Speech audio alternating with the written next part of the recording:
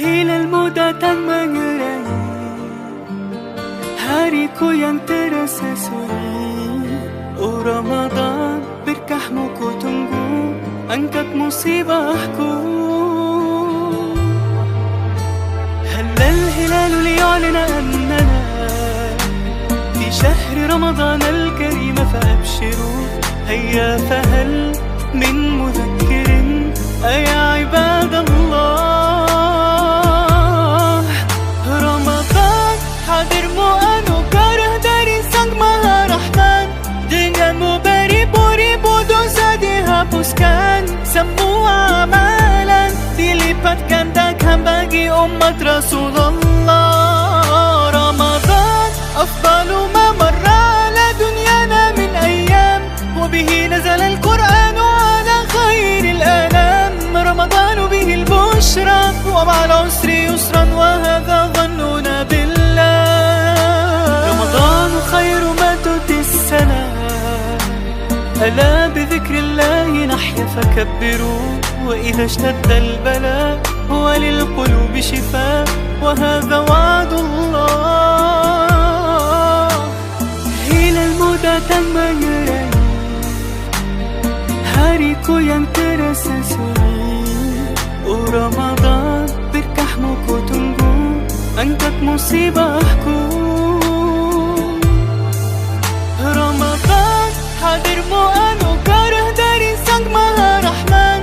Denganmu beribu-ribu dosa dihapuskan, semua amalan dilipat gandakan bagi umat Rasulullah. Ramadan afdalu ma marra ala dunyana min ayyam, wa bihi nazala al-Qur'an ala khairil anam. رمضان به البشرى ومع العسر يسرا وهذا ظننا بالله.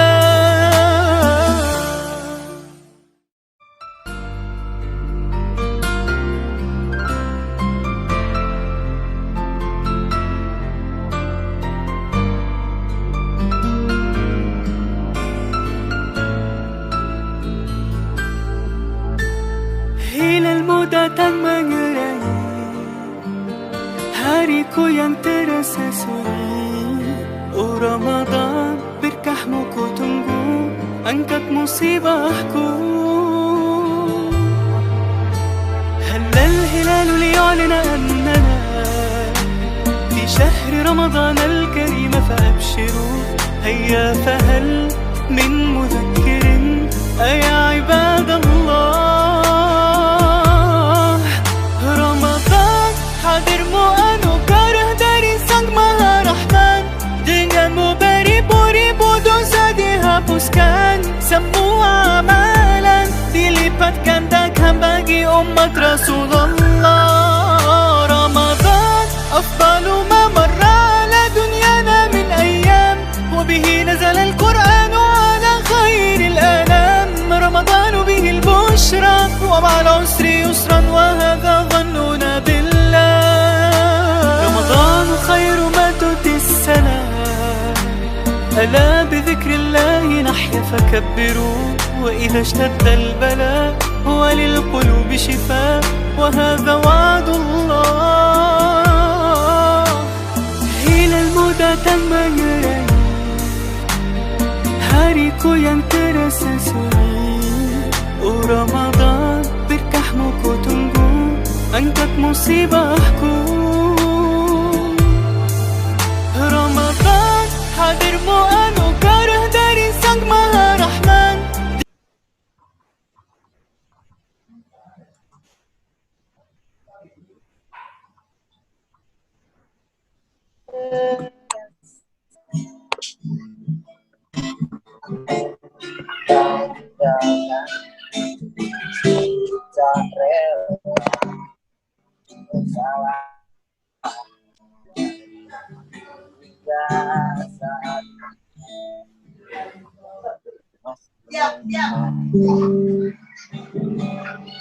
Waktu kembali.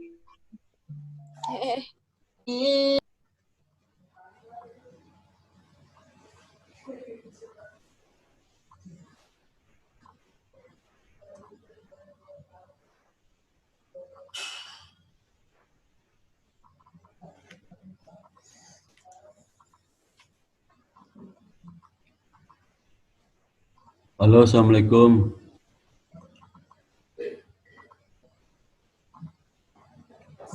Waalaikumsalam, Pak.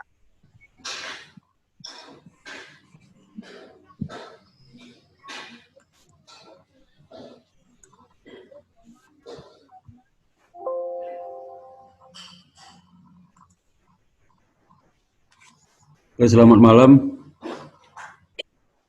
Malam, Pak. Pada hari ini kita kuliah mengenai akun receivable ya, piutang ya.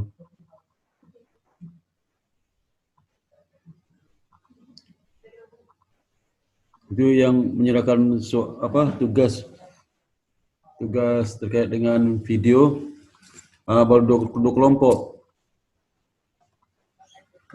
ya. 3 kelompok lagi belum menyerahkan.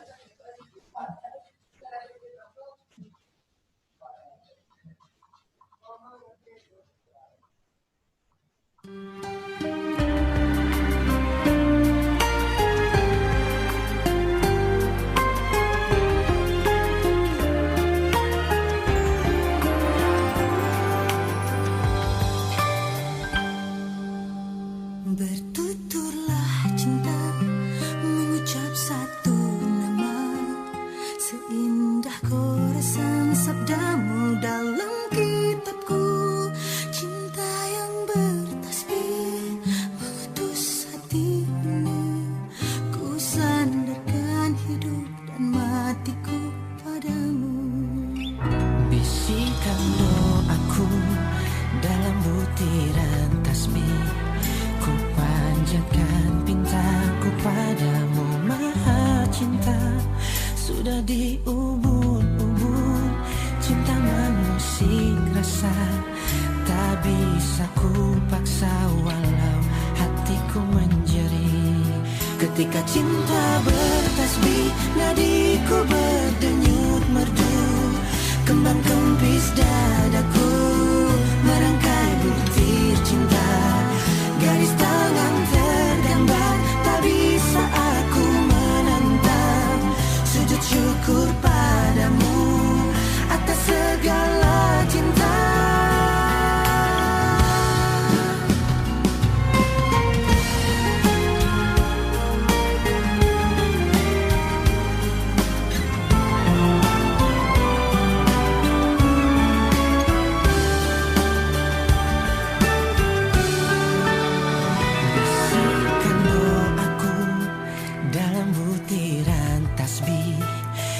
Panjatkan pintaku padamu maha cinta. Sudah diubun-ubun cinta mengusik rasa, tak bisa ku paksa walau hatiku menjerit. Ketika cinta bertasbih, nadiku berdenyut merdu, kembang kempis dadaku merangkai butir cinta.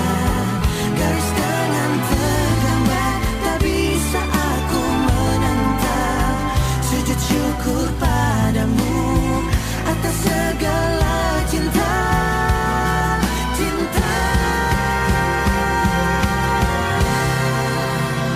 Ketika cinta bertasbih, nadiku berdenyut merdu, kembang kempis dadaku merangkai butir cinta. Garis tangan tergambar, tak bisa aku menentang. Sujud syukur padamu atas segala cinta.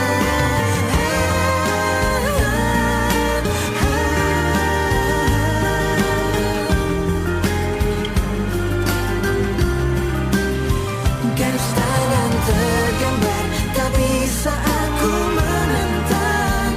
Sujud syukur padamu atas segala cinta. Ketika cinta bertasbih.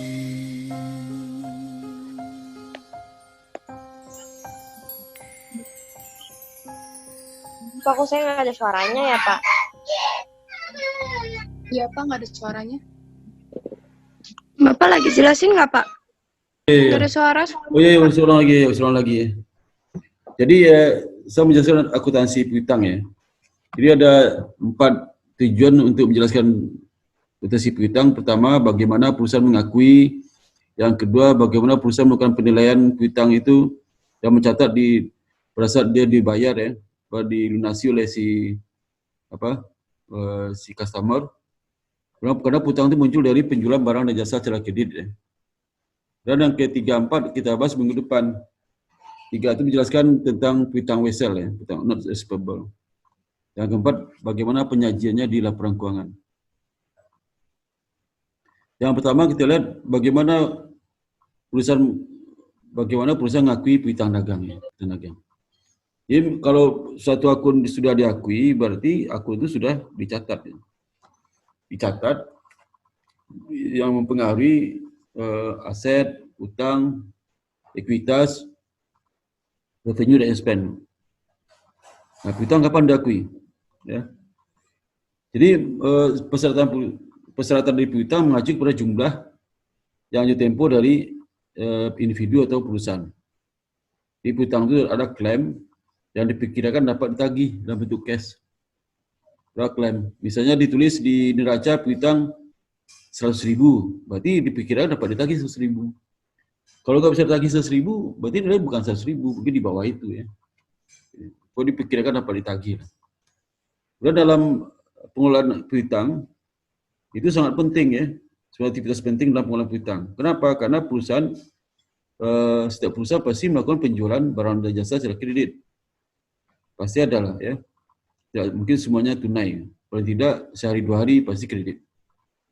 Ya. Yang berikutnya piutang juga penting disebabkan karena dia representasi terhadap hasil likuid perusahaan. Likuid perusahaan. Sama seperti cash. Jadi urutan likuid kedua dari aset likuid itu adalah piutang dagang, bukan receivable ya. Jadi pengakuan piutang itulah jumlah yang ditempo oleh individu dan perusahaan yang diperkirakan dapat ditagih dalam bentuk cash ya. Nah, jenis piutang itu ada berapa jenis piutang ya. Jenis piutang itu adalah yang pertama itu piutang muncul dari penjualan barang dan jasa. Ya. Berarti timbul dari customer beli barang perusahaan tapi belum bayar. Jadi penjualan secara kredit atau on account ya. Nah, ini disebut dengan account receivable. Disebut account receivable. Jenis piutang seperti ini piutang dagang ya. Jadi yang kedua itu not receivable. Not receivable adalah piutang yang timbul karena disebabkan oleh penjualan barang jasa atau penjualan atau pemberian pinjaman jangka pendek kepada karyawan, kepada pihak lain ya, di mana perusahaan menerima janji tertulis dari pihak berpiutang. Notes itu kan janji tertulis, notes dicatat, ditulis dia akan membayar dalam jumlah tertentu di kemudian hari. Bisa ada bunga, bisa tidak ya, bisa ada bunga atau tidak. Tapi sebagian besar ada bunga. Kalau nggak ada bunga berarti perusahaan akan menerima apa? Kalau nggak ada bunga berarti diskon ya, diskon.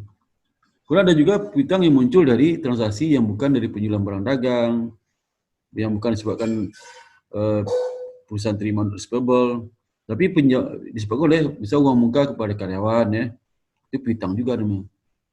Kemudian juga ada income refundable. Refundable itu yang perusahaan kelebihan bayar pajak nanti diklaim ya, muncul piutang pajak, piutang pajak. Ya, itu contoh piutang atau piutang lain. Ada juga piutang lain dari kelompok ini.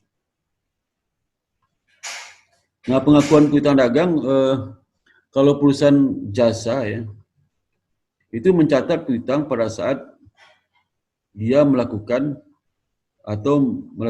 jasa secara kredit. Misal tukang cukur gitu, salon.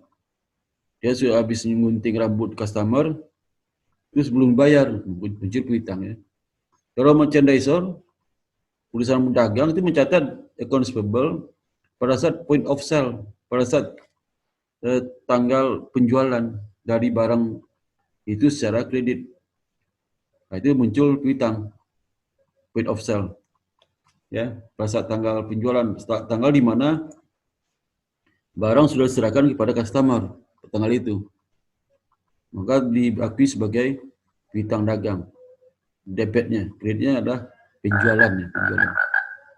Kemudian bisa juga penjual menawarkan diskon, ya, untuk supaya ada pembayaran dipercepat, ya. Misalnya customer itu mau jatuh tempo 2 bulan lagi. Perusahaan butuh uang nih karena likidnya terganggu, jadi dicari mana piutang bisa dipercepat pembayaran, dikasih iming-iming diskon. Jadi kalau dia bayar sekarang ini utang 100 juta bisa dibayar 90 juta misalnya, atau 95 juta, itu diskon. Dan bisa juga pembeli mungkin mengembalikan barangnya karena itu tidak dipikirkan sebelumnya, ya, atau mengembalikan barangnya di mana acceptable, ya, tidak bisa terima, ya. Jadi misal setun, jadi akan mengurangi dari piutang, ya, piutang. Nah, ini misalnya seperti ini contoh, ya, contoh.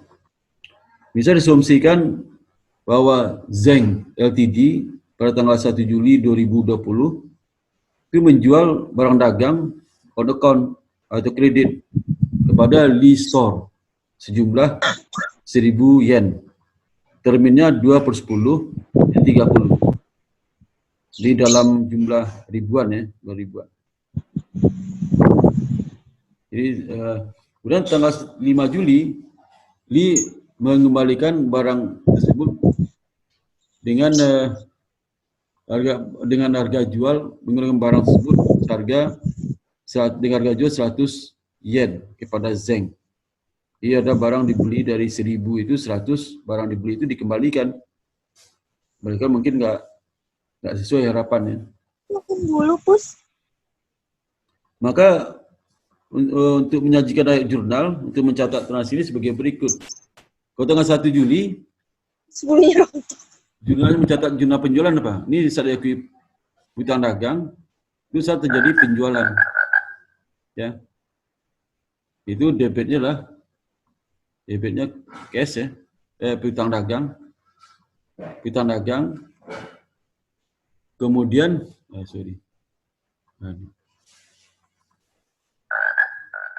piutang dagang accounts payable 1.000 dan sales revenue 1.000, ya, karena 1.000 penjualan.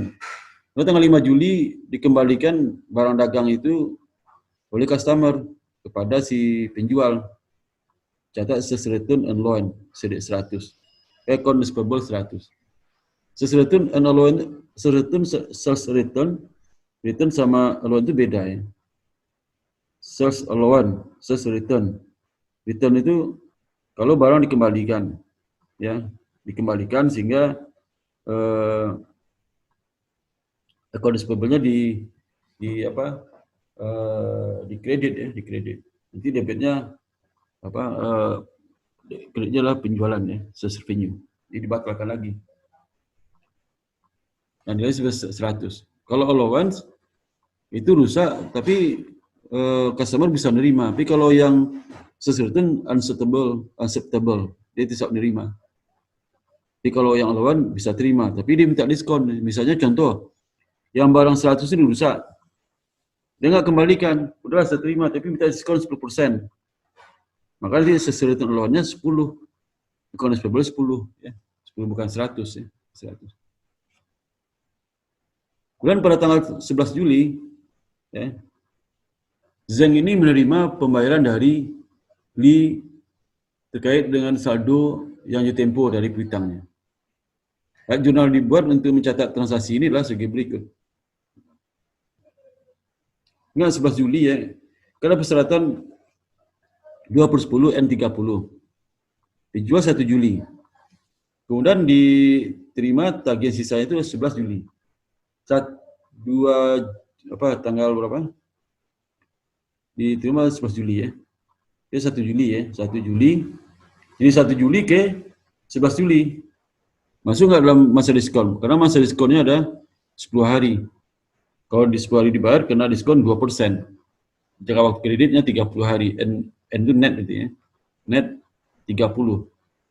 Maka karena dia customer itu bayar 11 Juli, tanggal 1 nggak masuk tanggal 2, 3, 4, 5, 6, 7, 8, 9, 10, 11 ya.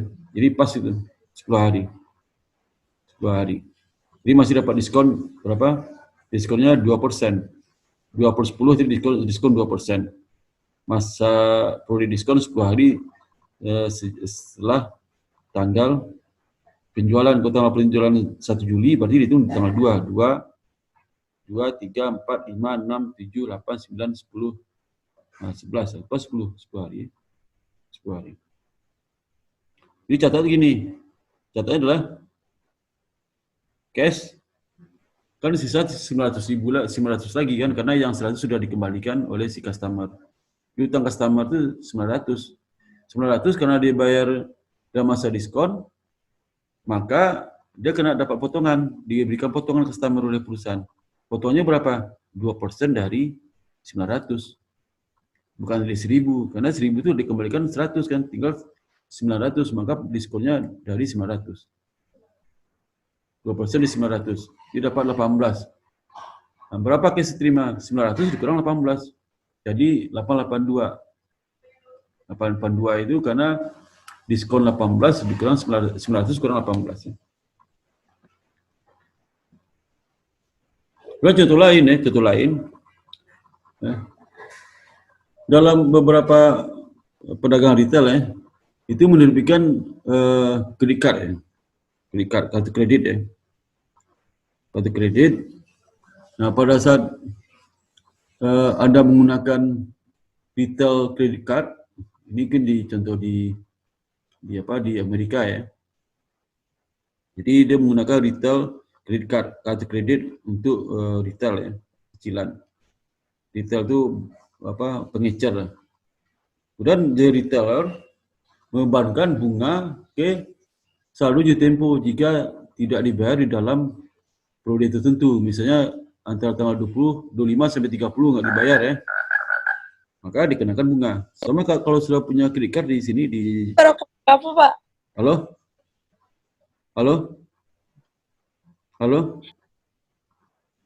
Hai Pak. Halo? Pak, ada suara kodok ya Ada Pak? Pak. Gimana? Itu ada suara kodok. Di mana?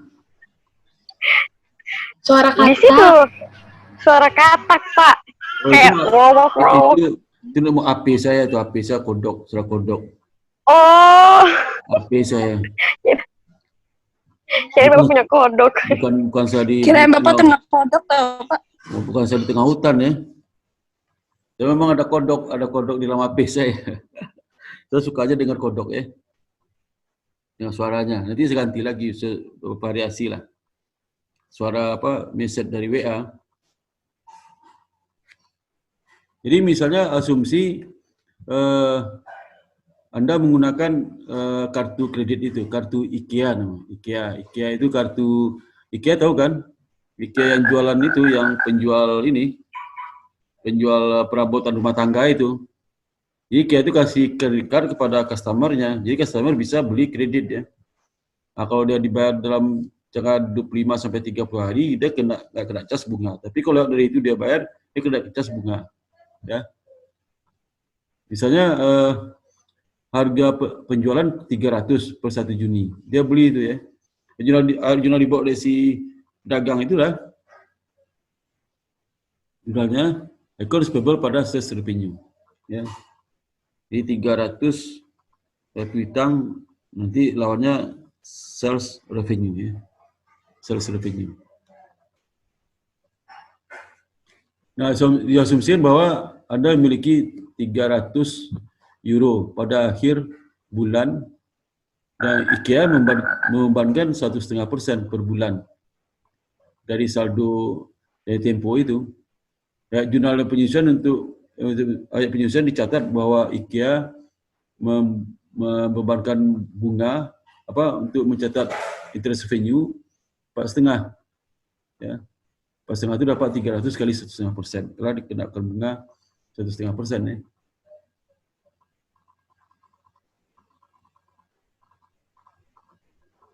Karena kan udah 30 hari. Kecuali dia bayar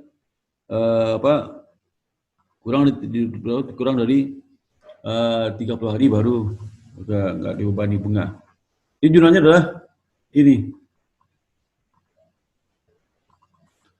Jadi account receivable, interest revenue, ya. Jadi kenaikan bunga karena bunganya per bulan berapa? 1,5% per bulan. Ya. Jadi 1,5% langsung kali 300, dapatnya 4,5. Ya, itu maksudnya. Udah tanggal 1 Mei ya, William itu menjual, ini contoh lain ya, contoh lain. Tanggal 1 Mei William menjual merchandise secara kredit kepada Bates untuk 50.000 euro. Terminnya 3/15 net 45. Artinya kalau dia membayar dalam jangka waktu maksimal 15 hari, dia kena diskon 3%. Si customer diberikan diskon 3% oleh penjual. Jangka waktunya 45 hari. Jangka 45 hari mungkin langsung ditagih dan diganti dengan wesel. Nah, tanggal 4 Mei, Bates mengembalikan merchandise seharga jual 2.000 dari 50.000 itu 2.000 dikembalikan ya, 2.000 dikembalikan. Ya. Pada tanggal 16 Mei, Wilton penjual itu menerima pembayaran dari Bates ini atas saldo piutangnya. Jurnal dicatat untuk mencatat transaksi Mei ini oleh Wilton Books atau buku pembukuan si Wilton itu dengan mengabaikan cost of goods sold. Jadi artinya kita kan fokus kita ke piutang ya. Nah 1 Mei itu ada ayam tuh, udah subuh tuh ya, udah subuh tuh Mbak. Halo, nggak ada orang ya? Hai Pak, ada orang Bapak. Ketiduran kamu tuh. Suaranya bagus Pak, ayam. Kucing aja Pak lucu. Ayam tuh apa tuh? Ayam suara HP tuh emang ayam beneran? Hah? Oh, kirain suara dari HP Bapak. Bukan. Makanya siapa yang sudah jangan subuh ini. Udah subuh malah. Nah, judulnya apa? Account receivable 50.000 pada sales revenue 50.000 ya. Pada saat terjadi penjualan 50.000. Kemudian pada saat lakukan return tanggal 4 Mei, judulnya adalah 4 Mei ini ya. Itu sales returns dan allowance 2.000 pada account receivable 2.000 ya. Kemudian tanggal 16 Mei ya, dia terima pembayaran dari customer si Bates ya. Maka jurnalnya adalah cash. Tanggal 16 Mei itu termasuk masa diskon nggak? 16 Mei masuk ya. Karena dia jual 1 Mei. Masuk Pak. Masuk ya. 1 Mei ditunggu di tanggal 2, bukan tanggal 1 Mei. Tanggal 2 pas 15 itu. 15 hari. Mas terakhir ya Pak.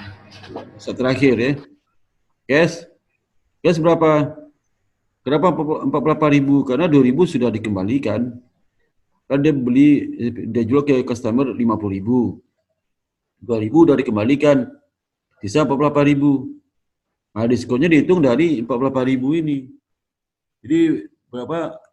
3% kali 48.000 dapat 1.440. Atau angkanya cash bersih yang diterima adalah 46.560. Kemudian account receivable-nya berkurang berapa? 48.000. Jadi selisih kan? Nah, selisih itu sales itu. Jadi 48.000 dikurang 48.000 dikali 0,3%. Masa diskon kan 3%. Ya, dapatnya.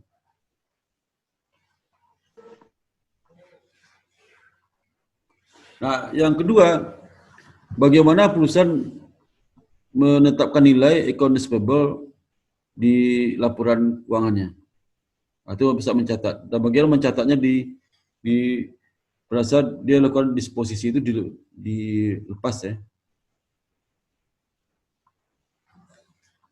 Nah, bagaimana cara melakukan penilaian piutang dagang ya, piutang dagang. Dalam standar akuntansi dikatakan tadi kan sudah ada definisi. Piutang dagang adalah jumlah yang diperkirakan akan dapat ditagih dengan cash. Yang diperkirakan. Kalau dia piutang dagangnya berdasarkan nilai brutonya 100 juta ya. 100 juta itu kira bisa ditagih nggak semuanya? Kalau bisa semua ditagih, berarti nilainya dicantumkan lah 100 juta. Tapi kalau perusahaan itu ragu, dari 100 juta itu ada 5 juta kemungkinan nggak bisa ditagih sampai akhir tahun ini, ya, bisa ditagih, ragu lah ya. Maka dia harus melakukan uncollectible accounts receivable, penyisian piutang tidak tertagih. Jadi kalau 5 juta, berarti yang betul dapat realisasi berapa? 100 juta kurang 5 juta. Jadi 95 juta. Itu nilai piutangnya. Yang betul-betul diperkirakan dapat ditagih menjadi cash ya, menjadi cash. Maka dalam pilihan accounts receivable, pertama dia dikelompokkan dalam current asset ya. Yang kedua penilaiannya menggunakan konsep net realizable value. Jadi bagaimana pilihan piutang itu di neraca dalam standar akuntansi menggunakan konsep namanya net realizable value.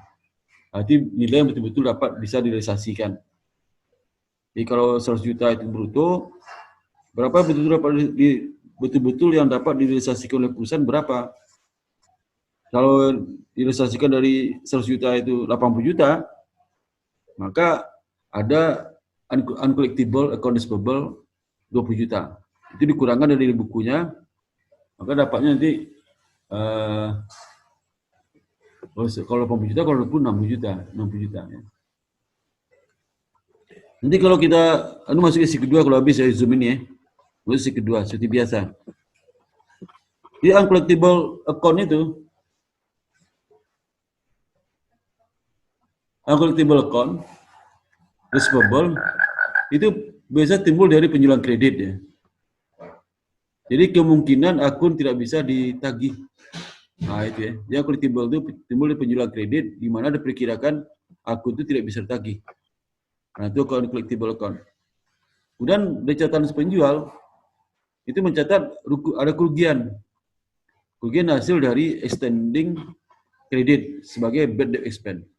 Ya, extending kredit itu karena tadinya kreditnya 3 bulan mau dibayar, ternyata 3 bulan nggak dibayarnya, extend sehingga diperkirakan, waduh, ini kalau makin panjang umur tunggakannya sama di bank uncollectible-nya, kolektivitas kredit. Nah, kalau makin lama umur kredit macet itu makin lama umur kredit yang tidak tertagih, nah itu makin mengkhawatirkan. Maka di bank itu ada kualitas lancar ya, nah, itu masih aman.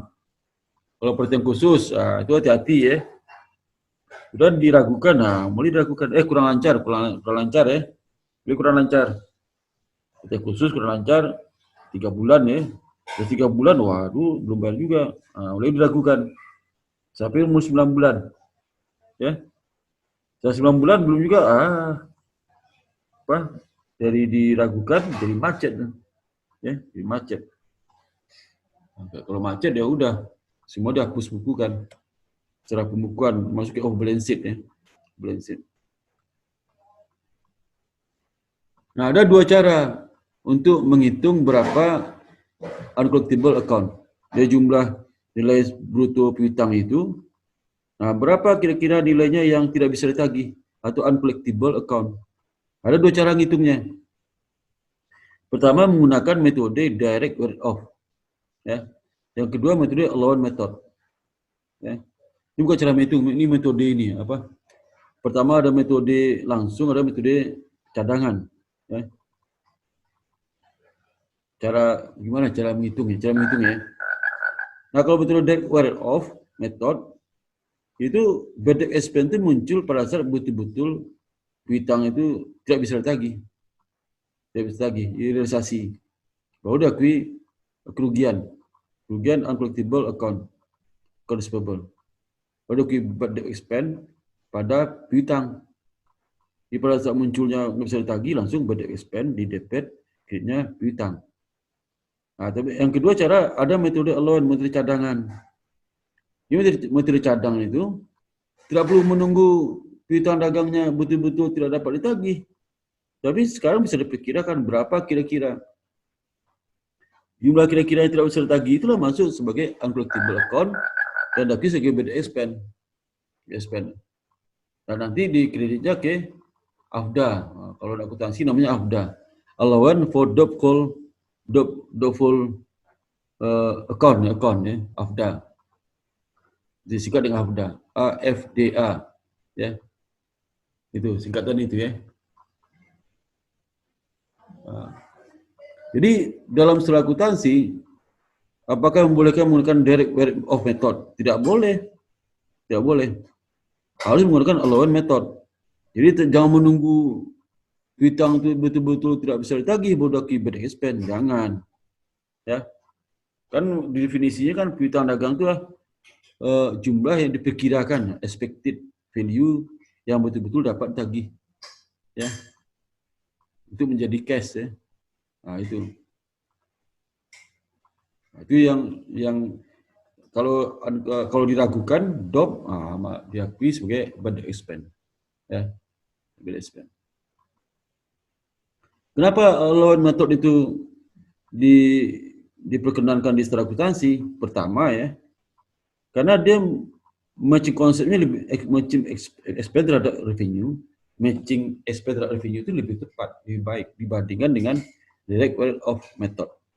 Direct word of method contohnya, penjualan terjadi sekarang pinjam kredit, ya, terjadi sekarang, ya. Tapi bisa jadi betul-betul dapat ditagihnya tahun depan. Ada lagi beban expense tahun depan, kan nggak tepat. Beban expense tahun depan, pada venue yang tahun depan itu tidak kaitannya dengan penjualan yang di mana customer tidak bayar itu. Harusnya dia dibebankan kepada di mana penjualan itu terjadi. Jadi penjualan terjadi di 2018, penjualan terjadi di 2018 ada diragukan, nah itu diakui sebagai bad expense di situ. Jangan tahun depan. Dan dia nggak match dengan penjualan yang terjadi pada tahun depan itu. Ya, itu maksudnya. Ya. Nah, kemudian yang kedua, receivable itu betul-betul dinyatakan ya, di state ya, disajikan di laporan keuangan itu betul-betul jumlah yang betul-betul dapat realisasikan dalam bentuk cash. Kalau menggunakan allowance method. Tapi kalau direct word of method itu dalam jumlah itu ada kemungkinan nggak bisa ditagih, tapi belum ditagih sebagai bad expense karena menunggu betul-betul tidak dapat ditagih. Kalau yang tahun depan ya berarti nggak matching tuh, nggak matching dengan penjualan tahun depan karena berasal dari penjualan tahun sekarang. Yang ketiga dipersyaratkan dalam tujuan laporan keuangan. Jadi sesuai akuntansi disyaratkan, ya. Ini contoh ya. Bagaimana akun ini disajikan dalam neraca, ya. Bisa contoh ya, contoh. Misalnya account receivable saldonya 200.000. Kemudian allowance for doubtful-nya amount itu 12.000. Ini artinya apa? Artinya misalnya ada saldo piutang 200.000, kemudian ada saldo allowance for doubtful account. Dan menggunakan metode allowance, ya, 12.000. Nah, penyajiannya gimana? Penyajian adalah account receivable yang 200.000 dikurangi dengan allowance for doubtful account. Jadi saldo AFDA ini atau disebut dengan allowance for doubtful account itu saldo kontra account, jadi rekening kontra account dengan terhadap account receivable. Dia bagi faktor pengurang. Jadi kalau AFDA-nya 12.000 dan saldo bruto account receivable 200.000, 12.000 dikurang 12.000, dapatnya 188.000. Nah, ini penyajian. Value of receivable adalah 188.000 disajikan di neraca, bukan 200.000. Dan 200.000 itu ada kemungkinan jumlah 12.000 tidak bisa ditagih. Padahal dalam konsepnya piutang itulah betul-betul jumlah yang diperkirakan tidak dapat ditagih, bukan jumlah brutonya. Kenapa? Karena prinsip penilaian piutang dagang menggunakan net receivable value. Nah, net receivable value mana? 188.000 itu net receivable value-nya. Ya. Maka konsep penilaian piutang dagang di neraca menggunakan net receivable value. Ya. Ayo, ngerti nggak? Halo? Halo? Ngerti, Pak. Ngerti ya? Pikir tidur semua itu ya? Tiduran semua. Enggak, Pak. Dengerin kok, Pak. Oh, iya. Nah, kita lanjutkan ya. Kita lanjutkan. Atau tadi kan penyajiannya accounts payable dicantumkan angkanya 200.000 itu kurang dengan AFDA 12.000. Jadi 188.000. Atau bisa juga penyajiannya accounts payable, net of 12.000 allowance. Jadi artinya accounts payable itu disajikan secara net setelah allowance 12.000. Jadi 188.000. Jadi kalau pembaca pasti tahu ini 188.000 berarti saldo bruto piutangnya ditambahkan dengan 12.000. Jadi 200.000. Ya. Mana perusahaan mau pakai terserah pilih. Ya. Biasanya di perusahaan-perusahaan yang ke publik pilih yang cara kedua ini. Yang kedua, accounts payable net dalam kurung, bisa dikurung tuh, dikurung net of 12.000 allowance. Kurung lagi, tutup kurung lagi setelah 88.000. Oh, ini kan habis tempat nih. Ada perlu row 2 baris. Angka 3 muncul, ini angkanya cuma 2 muncul. Angka 12.000 sama 188.000. Lebih efisien penyajian yang cara kedua ini. Ya itu maksudnya. Nah, jurnal untuk mencatat penjualan 100 ya. 100 ya. Kan accounts payable pada sepenyu ya, sepenyu. Jadi nanti accounts payable-nya nambah 100. Kalau nya belum ya, masih 25.000, masih 25 apa satunya? Euro ya. Euro. Udah ditagih 330.000.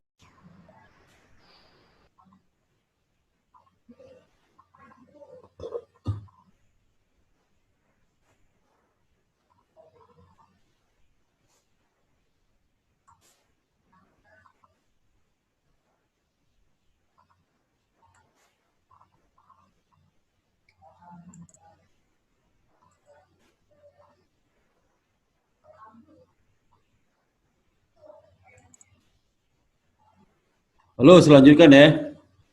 Halo. Iya Pak, lanjut Jadi Pak. kalau ditagih 330 piutang itu, maka dia catat kan terima cash kan itu. Terima cash ya. Terima cash. Jadi cashnya di debit ya. Debit. Debit accounts payable di kredit. Kita posting ke besar accounts payable. Postingnya di kredit ya. Nah, kemudian kalau yang allowance belum terpengaruh ya. Sehingga berapa saldonya? Saldo accounts payable 500 tambah 100 kurang 333 berapa? 267. Kalau allowance tetap masih ada itu karena belum ada perubahan. Karena allowance itu berubah pada saat nyusun laporan keuangan. Nah, ini adjustment itu mengakui berapa kira-kira dari accounts payable itu yang tidak bisa ditagih. Nah, itu masuk ke bad debt expense. Ya. Dan untuk mengadjustment diperkirakan estimasi bad debt itu 15. Nah, bad debt 15 ya. Maka dicatat seperti ini. Ya. Aduh, nggak bergerak nih. Nah, itu bad debt expense 15 pada allowance for the full account. Ini nambah lagi allowance for the full account nih, 15. Ini bad debt expense tambah 15 ya. Itu maksudnya. Dan berikutnya, perusahaan menghapus bukukan atas akun yang tidak bisa ditagih. Ada 10 ya. Ada 10 nilainya, kalau yang bisa ditagih udah hapus bukukan aja. Bagaimana perusahaan mencatat hapus bukukan itu? Kalau seadanya dia menggunakan allowance method, ada cadangan penyisian piutang tak tertagih. Atau disebut AFDA. AFDA ya. Nah, jurnal seperti ini. Jurnalnya adalah pasti piutangnya di kredit ya. Nah, gimana? Allowance-nya di kredit. Aduh. Untuk piutang di kredit, allowance-nya di debit, sorry. Kenapa nggak diakui sebagai bad debt expense? Kan nggak tertagih, Pak. Nah, karena bad debt expense itu diakui pada saat membentuk cadangan penyisian piutang tertagih.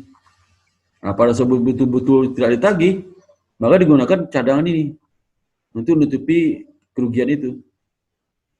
Jadi nanti accounts payable-nya di kredit, debitnya allowance for the full account ya.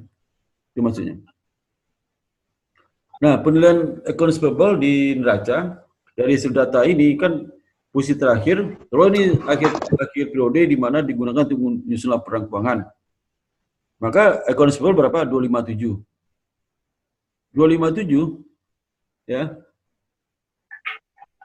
Itu AFDA berapa? 15. Uncollectible account 10. Ini 30 saldo AFDA-nya. 30 maka sebagai pengurang. 257 kurang saldo AFDA dapat 27. Berapa nilai net reserve value? Itu 27. Yang lihat D kayak Ya, O. 27. Benar. O-I-L. Dalam bawah. A-N. D-I-L-A-N gitu. Terus ya, kita lanjutkan ya. Lanjutkan ya. Nah, dalam direct write off method untuk uncollectible account ya. Ini metode direct write off. Tadi kan metode keluar ya. Kalau metode itu digunakan ya. Bagaimana caranya? Ya. Tadi metode apa? Ini contoh ya. Bisa diasumsikan Warden Co itu mau write off, menghapus bukukan saldo piutang dari customernya, nama si Doran ya. Saldo piutangnya 1.600 karena sebagai uncollectible ya, 12 Desember.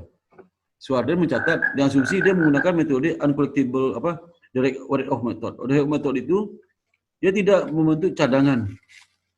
Bad expense kapan diakui? Pada saat betul-betul tidak bisa ditagih. Ya, ditagih. Nah, kalau kasus seperti ini, pada tanggal berapa nih? Tanggal 12 Desember, ternyata dihapus bukukan sebesar 1.600, maka dicatat seperti ini. Debitnya adalah bad expense ya. Bad expense pada accounts payable. Langsung ke accounts payable. Tadi kan bad expense-nya tidak dituliskan, itu lawan pada accounts payable. Yang tidak akui bad expense lagi, karena sudah diakui pada saat pembentukan cadangan.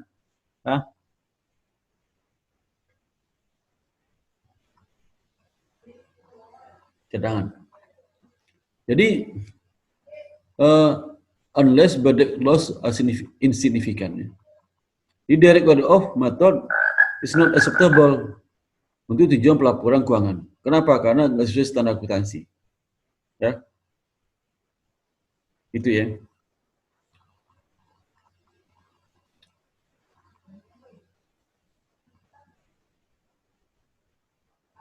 Nah, metode allowance method untuk menentukan uncollectible account ya.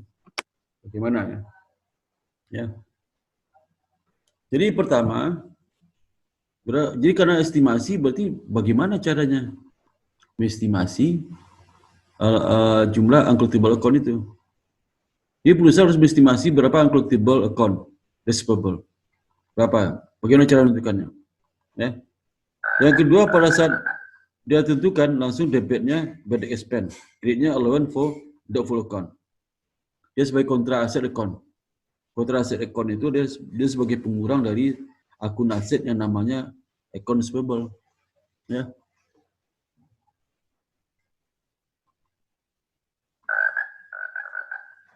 Nah, yang ketiga, perusahaan akan melakukan debit allowance for the full account yang mengkredit accounts payable pada saat akun tertentu dihapus bukukan karena dia tidak bisa ditagih. Ini bukan ke bad expense debitnya, tapi allowance for the full account yang kreditnya accounts payable. Kalau metode write off itu yang tadi ini write off method, dia langsung bad expense. Kalau ini enggak, allowance for the full account. Seperti contoh sebelumnya diberikan, ya.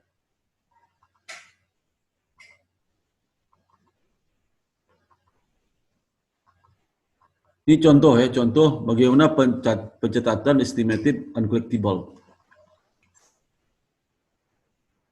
Jadi Hamson Furniture, contohnya, itu menjual secara kredit 1.200.000 dalam tahun 2020. Mana 200.000 itu sisanya bukan uncollected pada tanggal 31 Desember. Manajer kredit mengestimasi bahwa 12.000 dari penjualan ini maksudnya dari 1.200.000 itu tidak bisa ditagih uncollectible estimasinya.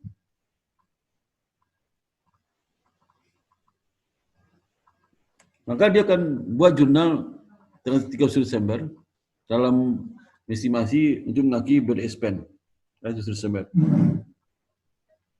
Maka dicatatnya apa?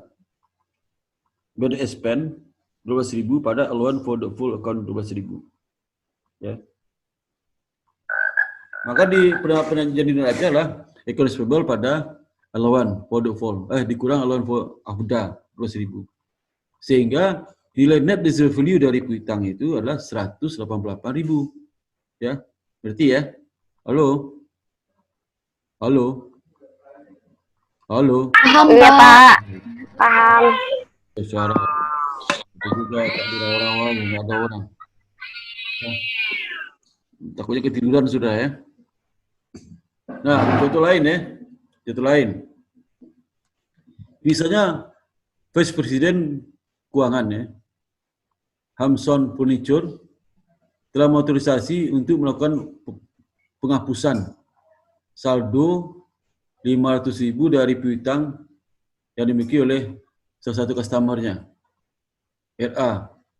War 1 Maret 2021.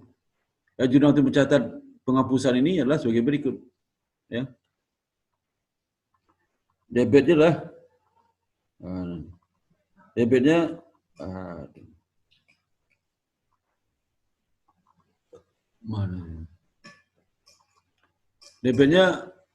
1 Maret itu allowance for the full account pada accounts payable. Diposting ke accounts payable. Accounts payable tadi saldo 200.000 ya. Kemudian ada penghapusan 500, jadi tinggalnya 199.500. Allowance for the full account di debit 500.000 sehingga saldo AFDA ini menjadi 1 Maret 11.500. Jadi penjualan neraca 199.500 dikurang 11.500. Ya. Nah kemudian itu udah dihapuskan tuh. Berikutnya 1 Juli ternyata debitur yang dihapuskan piutangnya dia bayar. Jadi kalau dihapuskan nih, sudah dihapuskan pada tanggal 1 Maret 500. Karena dipikirkan yang mungkin bayar lah orang nih. Dihapuskan jadi AFDA debit kreditnya accounts payable. Kemudian tanggal 1 Juli ya dia bayar. Ditolak nggak pembayaran dari customer? Ya enggak lah, diterima ya. Jangan tolak. Jangan nanti karena perusahaannya jujur, Pak, nggak usah bayar Pak, utang apa dihapuskan. Nah itu kan nggak benar ya. Maka yang tahu menghapuskan hanya perusahaan tidak kasih tahu ke customer-nya. Sama juga di perbankan. Di perbankan waktu mencatat kredit macet itu, uncollectible-nya kan dimacetkan tuh, dihapus buku apa, di nilainya dinolkan ya, nilai 0. Sisanya soal dihapus buku kan. Nah itu debitur kan nggak tahu itu, ya nggak tahu. Nah kita pindahkan ke off balance sheet, ada catatannya. Kalau dia bayar lagi, dipindahkan ke on balance sheet lagi, dari off ke on off lah ya. Nyala mati ya. Nah ini juga sama. Itu dibayar itu apa yang dilakukan oleh perusahaan? Dia akan mencatat lagi, pasti cash diterima. Ya, cash diterima pada accounts payable. Tapi sebelumnya dinyalakan lagi itu accounts payable. Jadi accounts payable ditutup kredit tuh, debitnya lawan. Sekarang dibuat lagi jurnalnya supaya nyala lagi. Ya, accounts payable-nya hidup lagi. Di jurnal 1 Juli menghidupkan accounts payable, ya. Menyalakan lagi ya. Nah, jadi perusahaan ini dari mati nyala lagi. Tadi kok dimatiin waktu dihapus bukan mati, langsung mati di kredit. Begitu bayar, dinyalakan dulu, baru diterima cashnya. Jadi kalau telah datang ke perusahaan saudara, Pak, saya mau lunas piutang saya. Saudara ini piutang dihapuskan nih. Ntar Pak, kita nyalakan dulu, gitu ya. Kita nyalakan dulu Pak. Artinya kamu jurnal seperti 1 Juli itu dulu ya. Accounts payable dinyalakan dulu, allowance for the full account, baru diterima cashnya. Tapi kamu sampaikan ke debitur, ke customer, dinyalakan dulu. Enggak. Jangan dikaget loh, dinyalakan maksudnya apa Pak? Ya, accounts payable kan udah mati. Oh, udah mati kok dia pasti lari ya jadi bayar ya. Jadi bayar tuh. Nah, jangan dikasih tahu ya ke debitur bahwa dinyalakan lagi ya. Gitu. Kemudian estimasi allowance ya. Nah, ini bagaimana cara estimasi cadangan ini? Nah, ada caranya nih ya, caranya. Ada dua cara. Oh iya, ada dua cara ya. Ada dua cara. Ya. Kalau dia menggunakan allowance method dalam menghitung allowance itu bagaimana caranya? Ada dua basis. Pertama, percentage of receivable. Jadi persentase tertentu kali piutang, itu dasarnya. Tapi hati-hati itu angka apa itu? Ya, itu ya. Jadi kalau kita persentase dari piutang digunakan untuk menghitungnya, cara pertama lah manajemen itu menetapkan berapa persentase, ya, yang harus ditentukan. Jadi hubungan antara jumlah receivable respective loss from uncollectible account. Itu.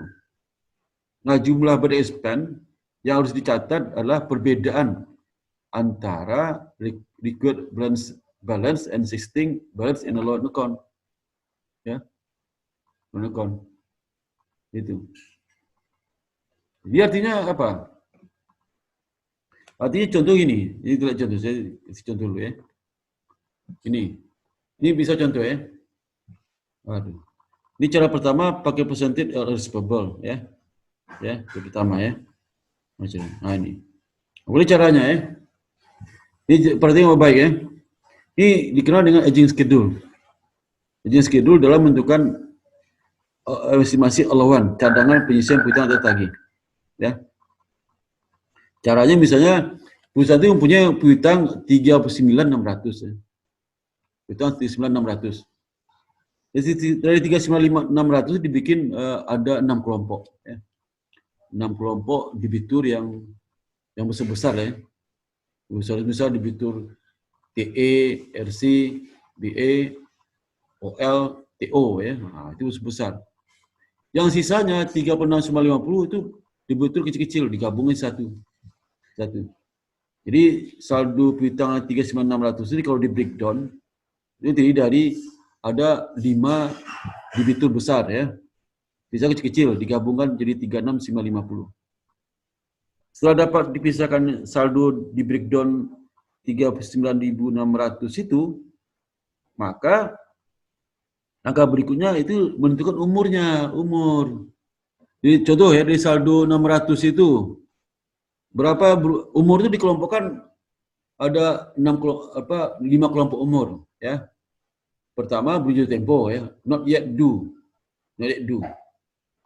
Yang 4 lagi jatuh tempo. Jadi yang belum jatuh tempo satu sendiri kelompoknya. Kemudian yang jatuh tempo 1 sampai 30 hari satu kelompok lagi.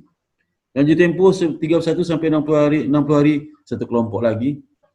Jatuh tempo 61 sampai 90 hari satu kelompok lagi. Di atas 90 hari satu kelompok lagi. Satu kelompok ada kolom-kolom. Kalau di bank namanya kolektivitas ya, kolektivitas. Misalnya kolektivitas lancar itu di bawah berapa? Sebulan ya, sebulan. Apa?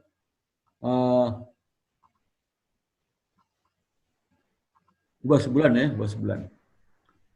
Kalau lebih sebulan di bawah 3 bulan, nah itu perhatian khusus ya. Perhatian khusus. Perhatian khusus berapa? Sebulan ya? Sebulan kayaknya. Saya lupa. 3 sampai kurang 3 bulan. 3 sampai 9 bulan. Itu KL ya.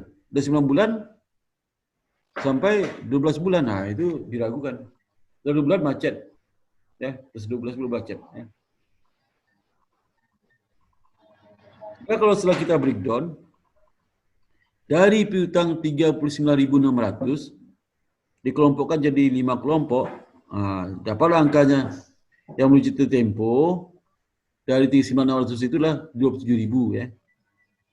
Yang jatuh tempo yang umurnya 1 sampai 30 hari itu nilai saldonya 5.700.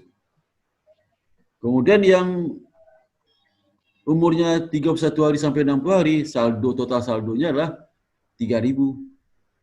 Kemudian yang 61 sampai 90 hari 2.000. Kemudian di atas 90 hari 1.900. Ya. 1.900.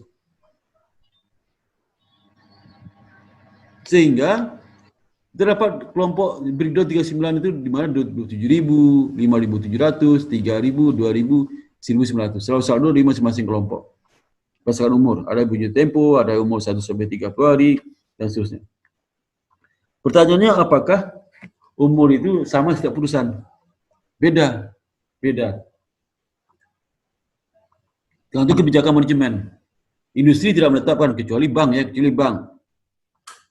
Bank menetapkan umur itu adalah regulator. Kalau perusahaan di luar perbankan nggak ada, suka-suka dia aja. Kalau di regulator kan, misalnya kurang lancar, 0 sampai berapa? 3 bulan ya. Di bawah 3 bulan perhatian khusus. 3 sampai 9 bulan. KL kurang lancar. 9 sampai 12 diragukan, di atas 12 macet itu ya, contoh seperti itu ya.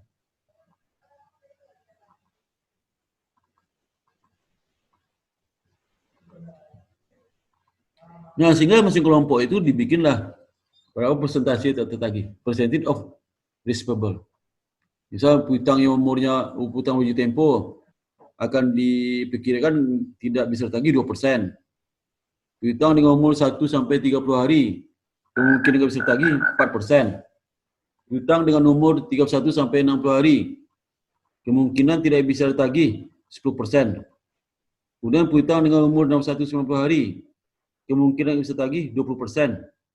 Dan piutang di atas 90 hari umurnya kemungkinan nggak bisa tertagih 40%.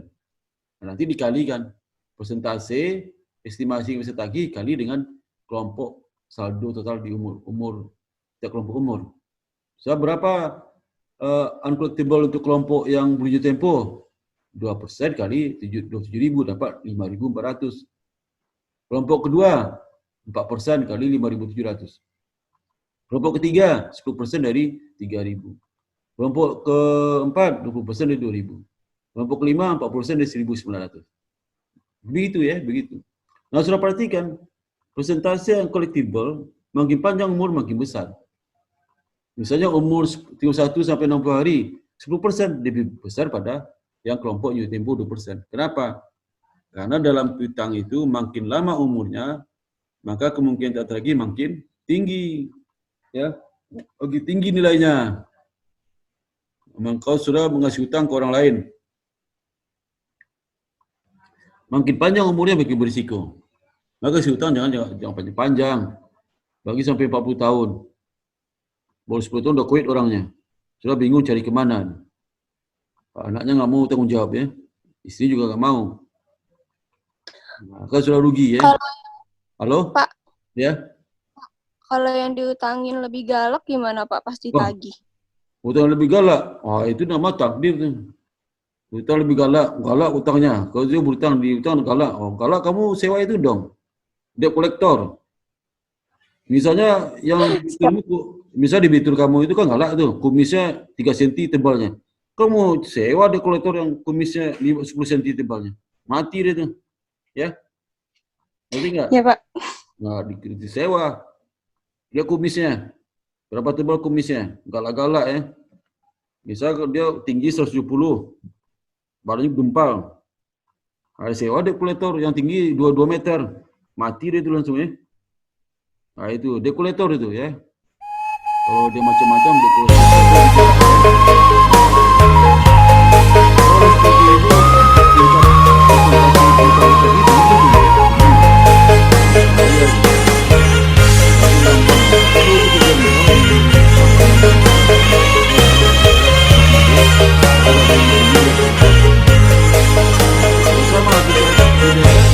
Anak pulang situ bang putih baik kabar hari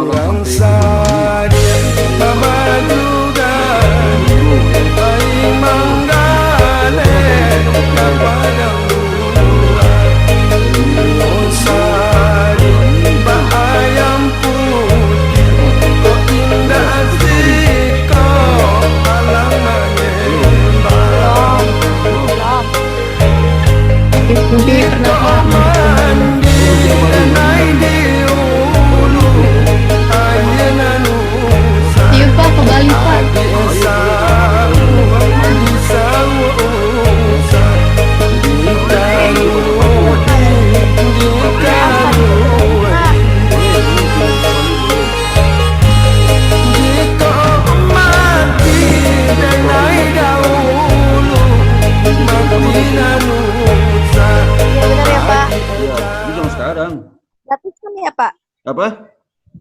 Gratis kan ya? Kalau gratis, ya gratis pada saat berangkat gratis. Tapi sebenarnya bayar masing-masing. Ya. Ke Bali berapa sih ongkos dari Jakarta naik kereta sampai Boyolali? Boyolali nanti nyebrang. Kan nggak mahal. Berapa sekarang kereta ke Surabaya berapa? Sudah lama nggak naik kereta ke Surabaya itu. Berapa kereta ke Nggak pernah naik Surabaya? kereta, Pak. Hah? Nggak pernah ya? Wah, asik tuh. Nggak tahu, Pak. Saya naik kereta dari Jakarta sampai ke Jember tuh. Dari Jakarta ke Surabaya, turun di stasiun Gubeng nyambung lagi ke Jember keretanya. Dulu masih jelek kereta dari Gubeng ke Jember itu juga jelek keretanya. Jelek banget. Mogok lagi di jalan. Itu saya pernah sekali mogok 3 jam, bayangin tuh. Mogok di jalan. 3 jam. Nggak bisa turun lagi karena pas di jalan yang tinggi. Jalannya tinggi sekali. Kalau loncat nggak bisa patah. Ya udah di atas saja. Mogok selama 3 jam. Kalau sampainya jam 4, so udah maghrib jam berapa, udah malam hari sampai Jember. Ya. Sekarang kata kereta udah bagus sekarang. Terakhir itu saya ke Jember itu tahun 2018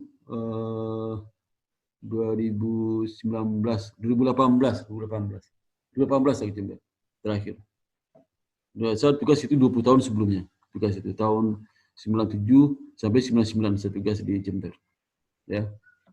Habis saya lanjutkan lagi ya. Lanjut ya.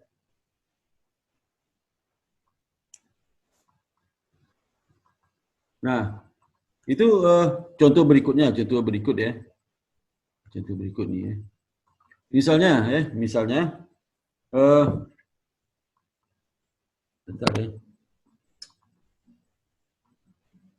Misalnya di unadjusted trial balance menunjukkan ya saldo trial balance sebelum di adjustment menunjukkan saldo AFDA itu saldo kredit 528 euro ya. Kemudian penyajian jumlah penyesuaian diasumsikan 2.228 itulah estimasi dari uncollectible receivable dari aging schedule. Ya, aging schedule. Schedule mana? Ini ya, ini. Ini enggak? Oh ya, ini ya. Jadi aging schedule ini berapa total uncollectible-nya? 2228 ya, 2228 ya. 28. Saldo awalnya berapa? 528 saldo awalnya. Saldo awal 28. Nah, berapa bad expense-nya? Bad expense-nya lah ya. Aduh. Bad expense 1.700. Dari mana 1.700 ya? Nah, hati-hati kalau metode ini kan menggunakan persentase dari accounts payable kan, accounts payable ya.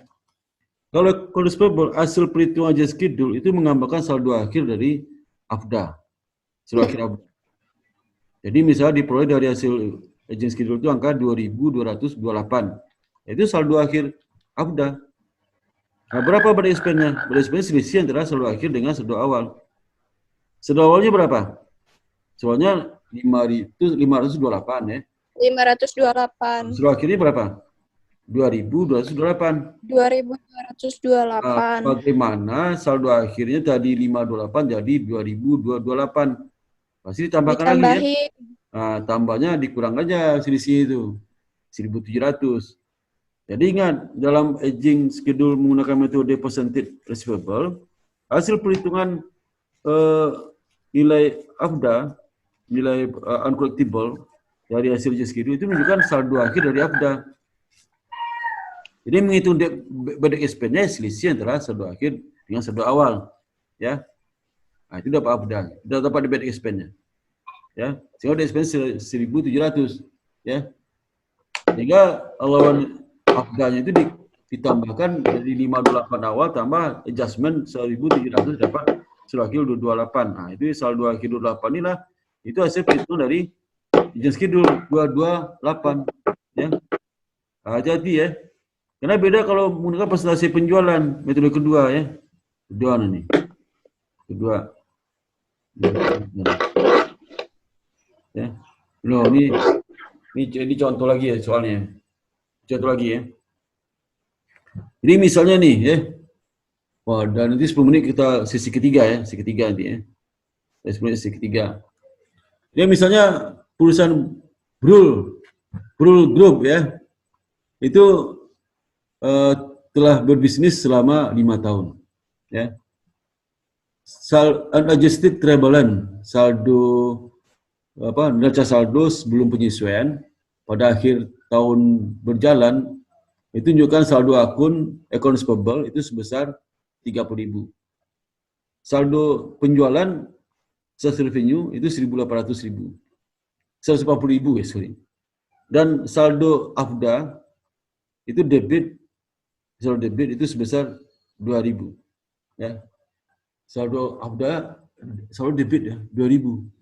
Ya. Harus AFDA saldo berapa? Ini debitnya, hati-hati nih. Ini menjebak nih. Jadi saldo awal AFDA-nya debit 2.000 ya. Bukan kredit ya. Hati-hati nih ya. Kemudian Brul mengestimasikan bad debt itu 10% dari accounts payable. Ajurannya apa?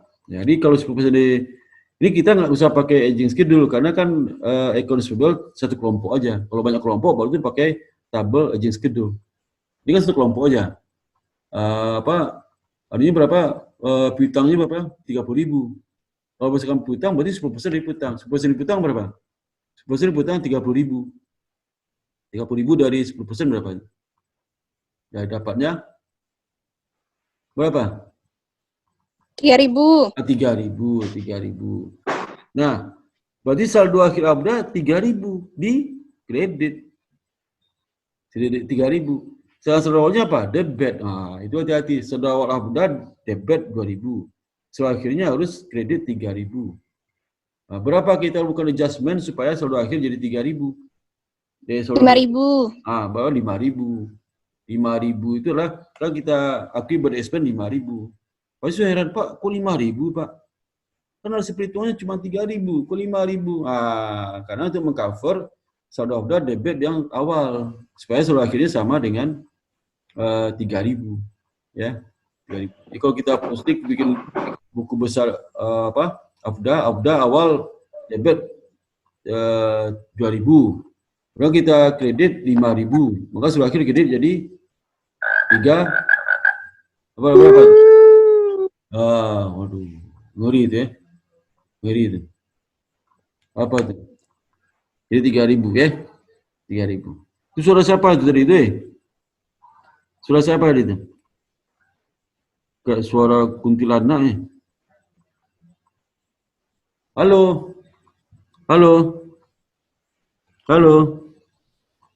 Halo, Pak. Aduh. Masih ada nyawa. Dia diam semua ya. Kemudian pada Masih saat dong, Pak. itu alhamdulillah ya. Aduh.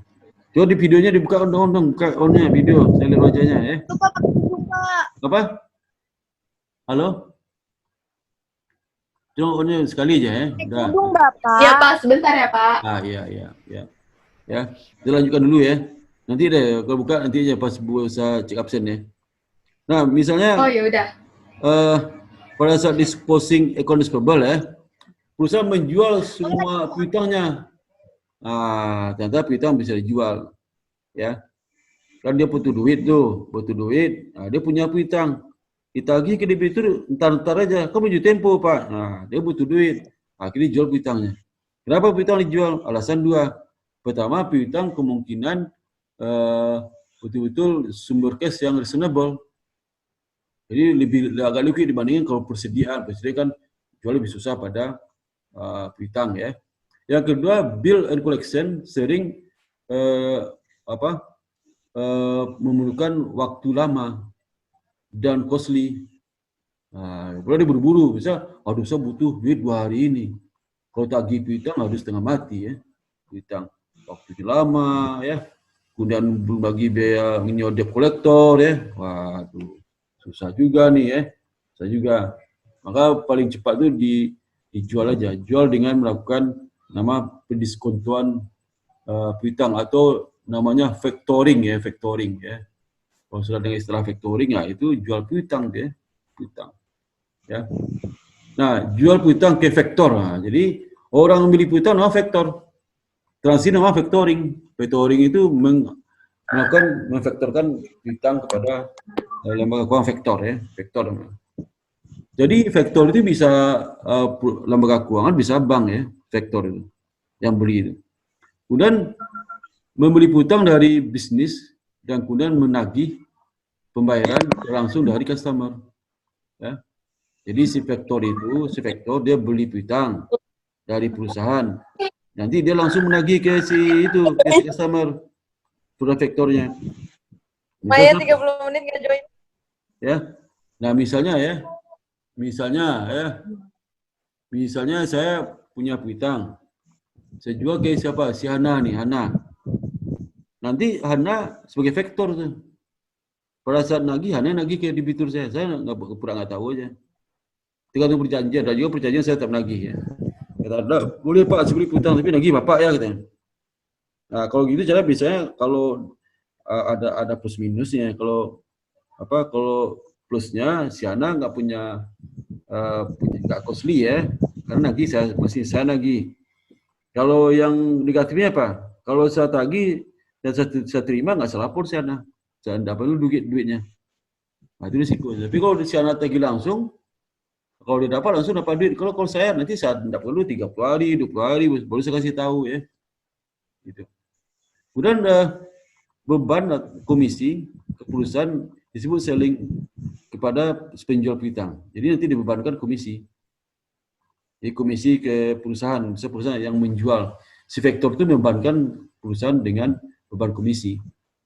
Kemudian beban komisinya antara 1-3% dari piutang yang dibeli. Ya.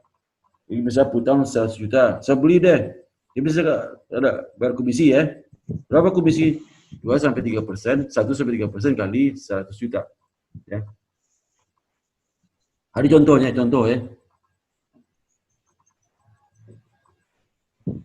Contoh ya. Bisa asumsi bahwa Kilung jewelry vektor. Nah, ini perusahaan vektor. Nah, perusahaan vektor ini dia memvektor perusahaan Kilung ini memvektor untuk menjual piutangnya senilai 600.000 ya ke federal vektor. Nah, vektor federal itu. Vektor dia memvektorkan piutang sebesar 100.000 ke perusahaan vektor. Nama perusahaan federal vektor. Ya, dalam ribuan ya. Kemudian vektor ini menilai memberikan penilaian service charge. Beban jasanya 2% dari jumlah piutang yang dijual ke dia. Ya, jurnal dibuat untuk mencatat transaksi penjualan piutang ke penjualan piutang oleh si Jorli ini sebagai berikut, dijual ke si federal ya. Nanti terima cash. Berapa terima cash ya? Sudah dipotong dengan 2% itu. Ya. Nah, potong 2%. Kalau si charge 2%. 2% kali 600.000 dapat 12.000 rupiah. Saya terima cash selisih itu. Jadi terima cash 588.000. Nanti si vektor terima dari debitur pulsa berapa? 600.000. 600.000 ya.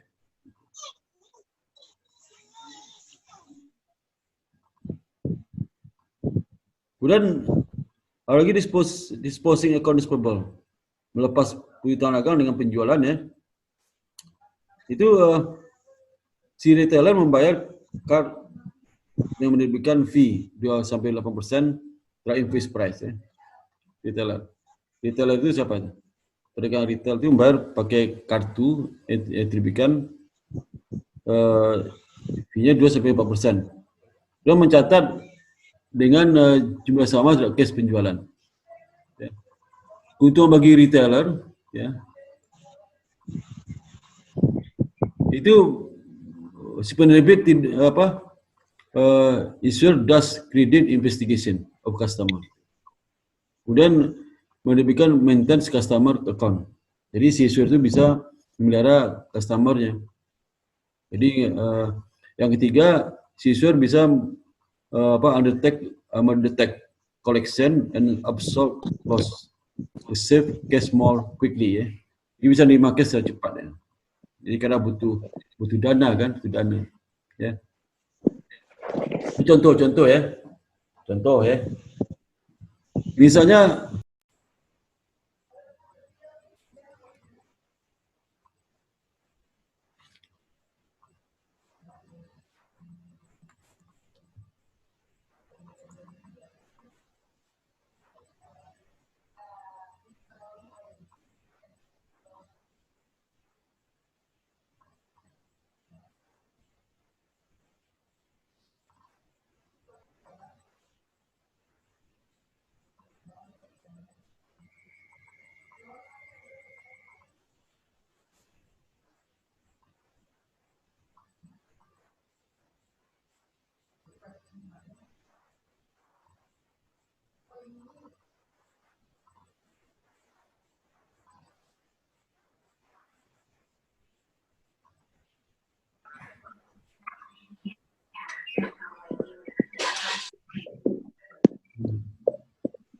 Ini selanjutnya lagi ya, yang mau hampir selesai kayak ini.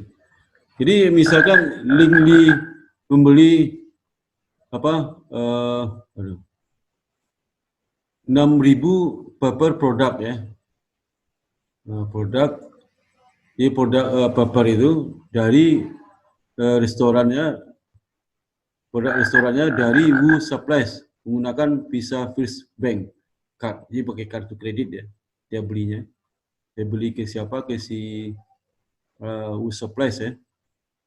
Karena First Bank membebani service fee 3%. Kalau masalah beli kredit kan ada yang dibebani persen dan nggak dibebani. Kalau dibebani berarti dia apa? Dibebankan ke pembeli tunai sebenarnya. Ada harga produk dibebani. Kalau jurnal untuk mencatat transaksi ini oleh si Wu ini, Wu Supplies, tanggal 22 Maret ya, ada sebagai berikut ya, sebagai berikut.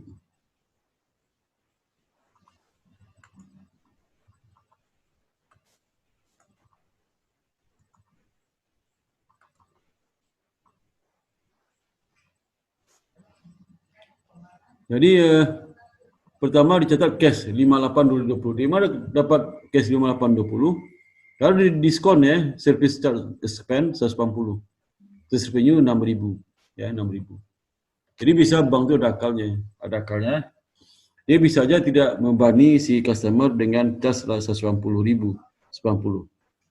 Tapi harga jual 58.20, tapi tambah beban apa? Beban bank 180, jadi harga jual 6.000, bisa juga seperti itu, ya. Harga jual 6.000, ya. Karena sebenarnya harga jualnya 5820, ya 5820. Oke, berikutnya, ya. Bentar. Berikutnya, contoh berikutnya, misalnya ini factoring ya. Penjualan piutang, ini anjak piutang, betul itu bahasa Indonesia anjak piutang, ya, anjak piutang kan. Jadi kalau wholesalers butuh untuk meningkatkan cashnya, dia butuh dana nih, butuh dana. Si agen 120.000, ya, untuk mengamankan pembayaran gaji minggu ini. Padahal piutangnya masih banyak. Cuma kalau diminta ke customer kan repot, dia nggak ada duit alasan. Maka kali ini itu melakukan it's debt selling ya, di mana dia saldo outstanding dari piutangnya total 750.000, dia putuskan dijual 105.000 untuk membiayai gaji 120. Jadi dari piutang itu dijual, difektorkan atau dianjak piutangkan ke perusahaan vektor. Vektor bisa ke bank, bisa lembaga keuangan, bisa ke leasing, macam-macam lah ya. Nah, jurnal mencatat pada saat dia menjual itu, dia terima cash. Berapa cash terima? Setelah didiskon 1%, akan beban service charge 1%. Jadi piutang ini dijual 105.000, beban jasa itu adalah 1% kali 105.000, jadi 1.250, sehingga cashnya terima 1.5 kurang 1.250 ya. Nah sekarang bagaimana perusahaan mengakui, menilai dan mendispose not receivable, mendispose melepas ya, melepas ulah nanti bisa dijual, divektorkan ya, vektorkan ya. Oke, itu nanti kita lanjutkan di ini di minggu berikutnya. Oke, silakan ada yang mau bertanya, silakan. Oke, di-on kan videonya ya. Videonya di-on-kan. Sebentar, Pak. Suci Amalia, ada pertanyaan nggak? Suci Amalia. Suci Amalia. Di-on-kan video. Iya, Pak Dir. Di-on-kan videonya. Ada pertanyaan nggak, Suci? Apa, Pak? Ada pertanyaan nggak? Pertanyaan? Hah? Apa? Nggak ada, saya nanya nih. Saya nanya ya. Coba kamu Jangan, jawab. Pak. Ntar lupa. Hah? Ntar lupa, belum siap. Waduh. Yang lain dulu. Oh iya deh. Siapa yang siap? Vidya mana Vidya? Vidya? Lagi di pantai, Pak. Vidya, ngapain mandi-mandi kamu di pantai? Vidya, mana Vidya? Vidya? Kenapa, Pak? Iya, Pak. Vidyanya, ayo muncul di, ayo Itu penampakan. nggak keluar sayanya, Pak. Bentar, Pak. Penampakan, itu Vidya. Mana Vidya nih? Vidya di mana? Ih, nanti dulu. Backgroundnya nggak bisa. Vidya Ramadanti. Nama Vidya via Ramadanti. Jadi Vidya melalui Ramadanti maksudnya. Iya. Iya, benar. Vidya melalui. Iya, benar, Pak. Nama Vidya via Ramadanti. Vidya melalui Ramadanti. Ayo, ada pertanyaan nggak? Ada pertanyaan? Vidya, ada pertanyaan nggak? Mulai saya nanya. Ayo. Kalau piutang itu ada terbitnya 3/15, ya, 3/15 dan 70, 70. Kalau dijual ke customer tanggal 1, pada tanggal di 1 berapa? 3/15 ya? 3/15. Dijual tanggal 1. Bertanggal 15. Dapat diskon nggak dia? Dikasih diskon nggak customer tuh? Misalnya 3/15. Apa artinya 3/15? 3/15 N 70 apa artinya? Syarat penjual kredit N 3/15 N 70 artinya apa itu video? Apa artinya? N 30 sorry. Alah. 3/30 N per 70 apa artinya? Apa nih, Pak? Enggak sih. Dia jawab siapa? Dia jawab siapa? Safira. Safira mau jawab? Hah? Iya. Nah, ini silakan. Apa maksudnya? 3/30 N 70 artinya apa? Jadi customer-nya dapat diskon 3% kalau Ya. dibayar dalam 30 hari. Ya. Tenggat bayarnya 70 hari, Pak. Ya, periode kreditnya di 70 hari ya. Itu Vidya. Aduh. Terus terima kasih Safira, udah bagus ya. Kemudian si Cecilia, ada pertanyaan nggak? Kalau nggak tanya, saya nanya. Ada pertanyaan? Cecilia? Ada pertanyaan nggak Cecilia? Halo? Ada pertanyaan nggak? Ya. Ini siapa? Cecilia? Halo, Halo? Cecilia?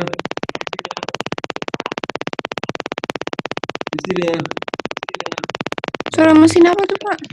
Lah, betul. Ini siapa tuh? Bukan dari HP, itu dari Zoom-nya nih. Di Zoom. Nah. Coba Kayaknya Cecil error nih, Pak. apa? Iya, kayaknya suaranya Kak Cicil error deh. Cecilia error nih. Cecilia error nih. Cecilia. Halo? Error. Ya. Oke, error. Dia udah masuk ini. Coba Saya udah Cecil ngomong, pakai iya, nggak ada. enggak. Oh iya. Cecil hapus, Dia error. Ya, Apa? Hana Nurdiana, ada pertanyaan nggak? Hana? Tadi sudah sih. Hana. Halo Hana. Nggak ada. pertanyaan? Halo? Hana. Ada suara ini. Ya. Ayo dong, Pak. Udah set aja nih. Saya udah. Yuli.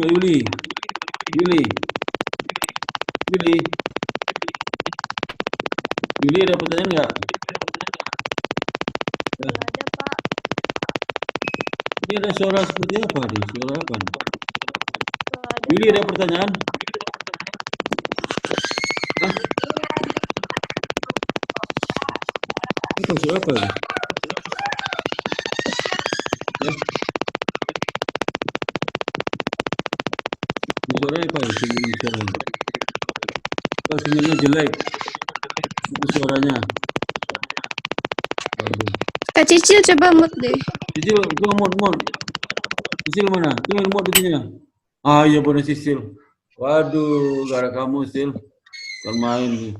Kalau kamu sudah kentut, aduh, udah pusing seperti saya kira PC saya mau meledak tuh. Lupa Cicil tuh. Ya. Oke lah Cicil ya. Siapa belum tanya nih? Si Sapira udah. Ini si Suci Amalia. Udah saya tanya udah. Suci. Halo Suci. Iya Pak, hadir Pak. Ayo di-on-kan dulu, di-on-kan sebentar. Apa Pak? On-kan videonya Suci. Oh iya, hadir Pak. Nah, terus ada pertanyaan nggak? Terus Pak. Hah? Kayak tadi saya mau nanya deh Pak. Iya apa? Tanya apa? Silakan. Silakan mau nanya apa? Halo. Iya Pak, lagi cari dulu tadi pertanyaannya lupa. Oh iya, lupa ya. Siti, halo Siti Fauzia. Siti Fauzia. Siti Fauzia, ayo. Ya. Siti Fauzia. Ada pertanyaan nggak Siti Fauzia?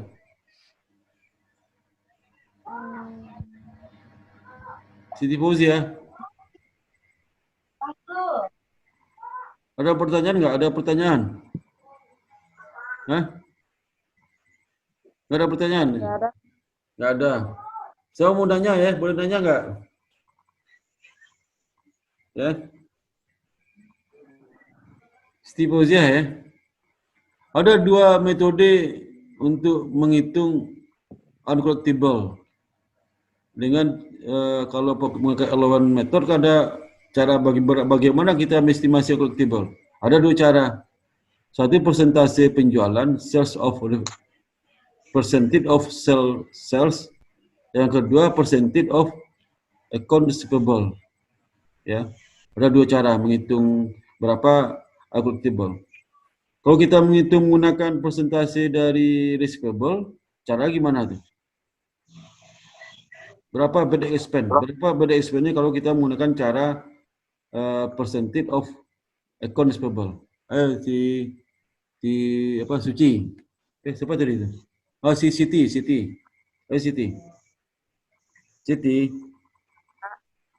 Gimana kita menghitung bad expense kalau kita menggunakan metode percentage of account receivable? Itu cara menghitung bad expense-nya. Langkah pertama apa caranya? Langkah pertama apa? Langkah pertama apa dulu? Kalau percentage of receivable, langkah pertama kita menentukan saldo piutang ya, saldo piutang ya. Berapa saldo piutang ya? Halo Siti. Hei. Iya Pak. Oh di-on sebentar videonya, boleh saya tahu nih. Ayo. Oh itu. Jadi kita menentukan saldo piutang. Kalau saldo piutangnya di breakdown ada kelompok umur, cara gimana ngitung? Hah? Kelompok umur. Dia harus menggunakan aging schedule. Ya dihitung. Biasanya kelompok umur 1 sampai 30 hari, 30 hari sampai 60 hari, 60 hari sampai 90 hari, 90 hari sampai 120 hari dan seterusnya, ya. Nanti masih kelompok umur itu tentukan persentase berapa untuk collectible. Berdapat dikalikan masing-masing persentase kali kelompok itu, dijumlahkan, kemudian dihitung. Nah, angka itu yang merupakan angka uncollectible, yang merupakan saldo akhir dari AFDA, saldo akhir AFDA. Nah, itu AFDA. AFDA itu allowance for the full account ya. Nah, itu AFDA. Berapa debt expense-nya? Selisih antara AFDA dengan AFDA yang dihitung itu dengan saldo awal AFDA ya, saldo awal AFDA. Nah, itu cara dapatkannya. Itu debt expense. Kalau yang kedua percentage sales, siapa yang jawab? Yang jawab siapa? Yuli. Halo, Yul, ngumpet tuh. Yul, ngumpet deh. Takut banget nih. Pak, halo. Takut banget deh. Yul, Ayo, gimana cara menghitung BDSP kalau menggunakan percentage of sale? Yang hitung mana? BDSP-nya berapa? Halo? Hei. Ayo, berapa? Halo Yul. Sinta deh, Sinta. Ada pertanyaan nggak Sinta? Mana Sinta nih? Hilang langsung. Mana Sinta? Sinta mana? Sinta nih, ya. Sinta. Ada. Ada pertanyaan nggak? Ada pertanyaan? Bentar, Pak. Iya. Bentar saya lihat dulu. Lihat dulu deh.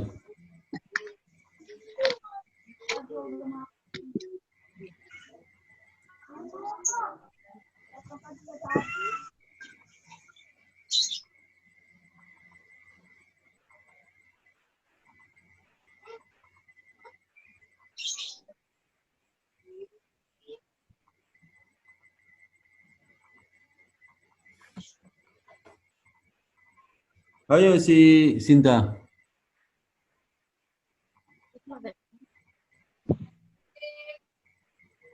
Ayo Sinta. Nggak ada, Pak. Nggak ada. Itu sebenarnya kalau menentukan BDF expense, kalau menggunakan metode persentase penjualan, gimana BDF expense-nya ditentukan? BDF expense-nya gimana ditentukan? BDF expense, bagaimana menentukan BDF expense kalau seandainya metode penentuan akuntabel itu menggunakan persentase dari penjualan? Mana sih itu? Kenapa nih? Ya. Oh, di sini. Di sini. Ya. Bagaimana menentukan BDF expense kalau menggunakan persentase penjualan? Ya. Tadi sudah jelaskan. Apa, Pak? Tadi sudah jelaskan menentukan BDF expense kalau menggunakan metode persentase account receivable. Sekarang kalau menggunakan persentase penjualan, bagaimana menentukan BDF expense-nya? BDF expense.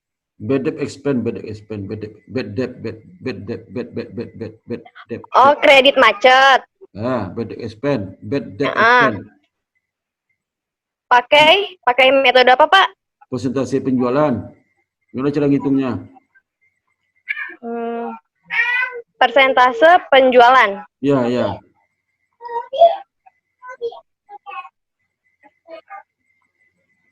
Gimana cara ngitungnya? Aduh, tadi saya nggak ini. Kamu nggak nyimak. Tadi saya telat datang, Pak. Oh, tapi taruh. Baru masuk kamu? Baru datang? Sinta baru datang ya? Bukan. Tadi ke dapur. Ke dapur masak 3 Enggak, jam. Pak. Ngapain? Dapur. Enggak, tadi saya ikut yang sama kedua, yang ketiga baru. Oh, itu ya, baru masuk ya. Aduh, yang kamu tahu yang pertama itu kayaknya yang pertama. Pertama apa materi? Apa kamu dengar tadi? Yang pertama. Pas kamu dengar materinya apa? Saya jelaskan apa tuh yang pertama tuh? Ayo Sinta. Ya, Pak.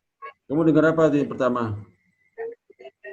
Dengar yang depositing account receivable. Apa? Apalagi? Yang tadi, Pak, yang bad debt expense. Sinta, kamu udah bikin video. Siapa yang belum menyerahkan videonya? Ada baru 2 kelompok menyerahkan videonya. Aduh. Baru kelompok saya sama kelompok Yusuf. Apalagi tuh? Yang belum menyerahkan tuh. Aduh. Yang belum atau yang udah, Pak? Yang belum. Hanya baru 2. Yang Jadi belum. ketahuan juga tuh, Saci ketahuan juga tuh. Kenapa nggak dikumpulkan tuh kelompok lain? Kenapa nggak dikumpulkan? Ayo, Kelompok siapa, Pak? Kelompok saya udah. Ya udah, gua ada kelompok gua selain dari itu nggak ngumpulin tuh. Ya. Nggak ngumpulin tuh. 10% dikali 30 plus 2.000. Ini. Nah, yang mengumpulkan hanya si Safira, Suci, Sinta. Safira, Suci, Sinta. Safira, udah. Suci, udah. Sinta mana? Sinta udah. Sinta saya tanya tadi Sinta. Sinta udah. Safira, Safira, Suci, Sinta, udah. Kemudian saudara Dina, Yusnita, Ulan. Ulan, Yusnita, Dina. Ya, Yusnita, Ulan, Dina. Dina mana? Berarti Sita Nur belum. Cecilia belum. Hana belum. Vidya belum. Aduh. Siapa lagi belum tuh? Hah? Si Yuli belum. Vidya belum. Cecilia belum. Menyerahkan. Ya. Si Ulan udah. Ulan udah. Ya. Menyerahkan. Safira udah. Jadi menyerahkan Cecilia belum. Si Vidya belum. Yuli belum. Cinta, Dina mana? Vidya, Siva juga belum. Aduh, Siva belum juga. Ada, jadi yang menyerahkan baru 2 kelompok 6 orang. Berarti yang 5 orang lagi belum, 2 kelompok lagi belum tuh. 5 orang lagi belum. Ya. Itu video yang materi Pak. Yang materi sekarang. Belum ada belum. Pak, nanti bentar lagi saya kirim, Pak. Ya.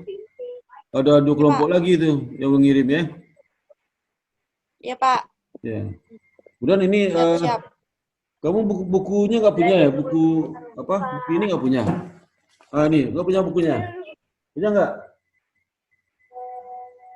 Punya nggak bukunya? Lagi pesen Pak di shop di Tokopedia. Hah? Udah beli Tokopedia udah? Iya Pak, lagi pesen. Beli aja yang bajakan itu. Paling berapa? 50.000 ya? Berapa belinya? 50.000. 60 Pak. Hah? 60. 50 palingnya. Tapi biasanya nggak kuat lem itu, kamu lem lagi itu. Nanti dibeli langsung berantakan semua sih. Biasanya saya beli Tokopedia yang 10.000 itu udah dibeli langsung berantakan isinya. Dan lemnya nggak kuat. Ya. Jadi ini chapter 8 ya. Chapter 8 itu kamu coba catat PR-nya, catat PR-nya. PR ini chapter 8. Kalau chapter 8 ini kamu bikin PR 3 latihan, 3 problem ya. 3 soal latihan sama 3 soal problem ya. Ya. Itu ya. Ya, Pak. Ya, kemudian kedua. Oke, Pak. Kemudian video ini kan 2 kali pertemuan nih. Minggu depan nggak ada tugas video, kau udah selesai kau bikin sekali kan. Ini kan hari ini 2 kali pertemuan. Berarti minggu depan video yang sekarang itu ya. Kamu udah bikin videonya. Nah, kalau bikin video harus ngerti lah ya. Ini sih kalau saya tanya pasti tahu ya. Aging schedule, berapa percentage sales, percentage accounts payable, metode internal collectible. Kemudian kalau dianjak piutang ya. Kalau piutangnya itu dijual dengan misalkan N 3/10, N50 harus tahu ya. Karena nggak sulit ya. Jadi minggu depan saya jelaskan yang wesel ya, piutang wesel. Piutang wesel not dispensable ya. Saya jelaskan nanti ya. Dispensable. Ya, ada pertanyaan sebelum saya tutup ya? Ada pertanyaan nggak? Nggak ada, Pak. Serius? Pak. Cukup. Nggak ada nanya. Berarti udah ngerti semua dong? Ya? Udah ngerti semua? Jadi sudah paham? Insya Allah, Pak. Insya Allah. Insya Allah. Ya, kalau udah paham semua, saya tutup kuliah ini sampai ketemu minggu depan ya. Ketemu minggu depan. Siap. Minggu depan ketemu kita melanjutkan non-dispensable. Kemudian minggu depan lagi yang bab 9 ya. Jadi nantilah kita pikirnya. Sekarang minggu depan aja. Jadi kalau jangan lupa ya, nanti saya tulis di classwork-nya di Google Classroom. Itu tugas PR latihan soal latihan 3 soal latihan 3 soal problem ya. Problemnya. Itu ya. Oke, ada pertanyaan lagi? Kalau nggak ada, saya tutup pertemuan ini. Alhamdulillah. Assalamualaikum warahmatullahi wabarakatuh ya. Oke, sampai ketemu minggu depan ya. Ya. Pak. Ya. Makasih ya, Pak. Ya, sama-sama. Pak. Ya, sama-sama. Assalamualaikum. Waalaikumsalam warahmatullahi wabarakatuh. Jangan lupa sahur, Pak. Ya, sampai sahur ya. Ya, Pak. Ada puasa udah bolong belum? Udah bolong puasanya? Udah, Pak, saya udah 7 hari. Oh iya, udah bolong. Udah bolong ya. Keren sih, Enggak. Harus diganti gitu ya, harus diganti puasanya ya. Diganti Ya, puasa. Pak. Jangan sampai nggak diganti. Ya. Ya, Pak. Ya, Sehat semua kan, sehat ya? Alhamdulillah sehat kurang ya. sehat. Kenapa? Alhamdulillah. Siapa yang nggak kurang sehat? Siapa kurang sehat? Si Vidya sehat nggak? Sehat, Pak. Sehat ya. Nggak sehat, Pak. Lihat Kita sehat nggak? rambutnya berwarna. Kita Dia sehat. gila, Pak. Hah? Sehat, Pak. Ya, aduh. Kalau Hana sehat, Hana. Hana sehat. Hana kurang sehat, Pak. Kurang sehat. Aduh. Kalau si Suci kurang sehat. Kita kurang sehat, Pak. Udah, kalau kurang sehat tuh disiapkan dulu. Masih masuk kantor enggak? Masih masuk kantor enggak? Besok konten, guys. Hana. Kantor ya, hati-hati lu jalan ya. Masih ramai nggak di jalan? Iya, Di Pak. Jakarta masih ramai. Saya udah 1 bulan lebih. nggak? Ramai, Pak. Ramai? Antrian sampai panas. Wih, jalan tak macet. Jalan tak macet. Jalan tak macet. Waduh. Saya udah sebulan nggak ke Jakarta nih. Aja. Oh gitu, Pak. Iya. Udah, Pak, nggak usah kemana-mana, di rumah aja. Terima aja saya. Di rumah aja, Pak. Iya. Pak, itu kodoknya, Pak. Saya merinding tau, Pak, dengar suara kodok. Kodok. Api.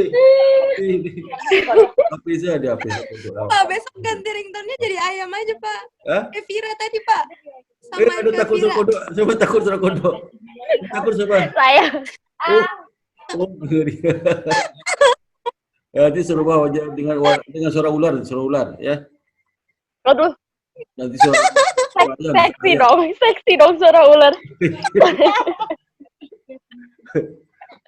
Wah, suara Kayak ayam, mon- ya. Suara ayam diganti. Kalau udah satu, tiga, Aduh, udah. Udahan. Pak, ini saya pakai selimut loh. Pak. Pakai selimut Bali nih, Pak, dari Bali nih, Pak. Siapa di Bali? Ini selimutnya dari Bali. Siapa di Ini Bali? saya pakai selimut, bukan pakai kerudung. Oh iya. Kamu di Bali sekarang? Enggak. Ini di Bali. Enggak, Pak, nggak boleh kan kita keluar. Kamu ke selimut terus. Saya lihat kalau kuliah pakai selimut terus kamu, Sinta. Pasmina, Pak, bukan selimut. Terus. Ya. Ya udah ya. Saya ketemu minggu depan ya. Ya, Pak, bukan kodoknya.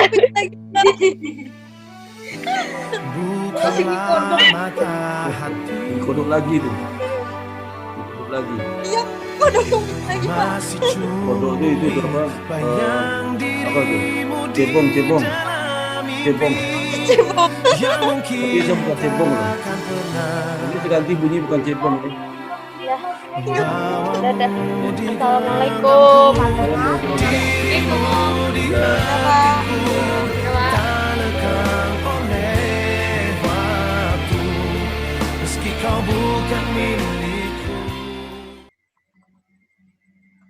Lalu di surat titik.